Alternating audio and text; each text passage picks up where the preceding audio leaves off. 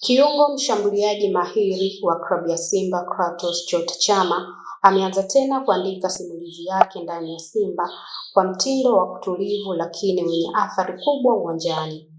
Tangu arejee msimu huu, Chama ameonyesha ubora mkubwa na wa kipekee kwa kuchanganya ubunifu, pasi za mwisho na utulivu wa hali juu dimbani.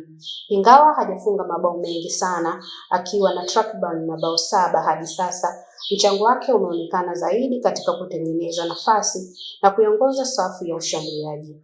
Ni mchezaji anayesoma mchezo kwa akili, akigusa mpira kwa ufasaha na kuhamasisha nderemo kwa mashabiki kila anapogusa mpira mguuni.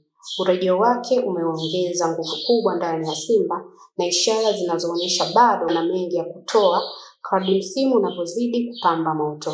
Kiufupi, Chama si tu mfungaji, bali ni moyo wa ubunifu unaoifanya Simba icheze kila soka la kimataifa.